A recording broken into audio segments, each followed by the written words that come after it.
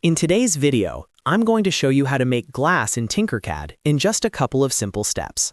This is a great trick if you want your 3D design to look more realistic, whether you're making windows, bottles, displays, or any other transparent object.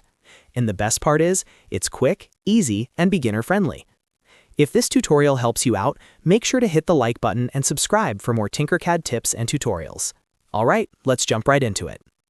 First, open your project in the Tinkercad 3D Design Editor and select the object you want to make look like glass.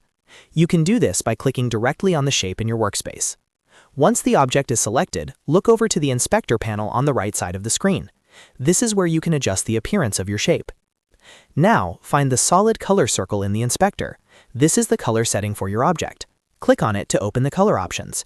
At the bottom of that menu, you'll see a box labeled Transparent. Go ahead and check that box. This is the key step that makes the object appear see-through, giving it that glass effect instead of a solid-filled look. Once transparency is turned on, your object should already start looking more like glass. But to make it look even better, the next step is to set the glass tint. Go to the Custom tab in the Color menu. This allows you to choose a more specific shade rather than one of the default colors. For the best glass look, pick a very light blue or a soft gray. These subtle tints help the edges of the shape catch the light more realistically and make the material feel more natural. If you choose a color that is too dark, it may look more like colored plastic than glass, so it's usually best to keep the tint very light and soft.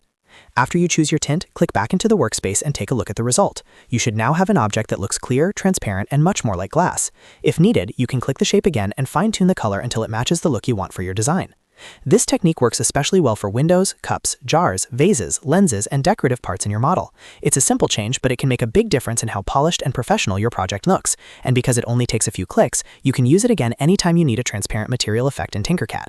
If you found this video helpful, please give it a like, subscribe to the channel, and stay tuned for more quick and easy design tutorials. Thanks for watching, and I'll see you in the next one.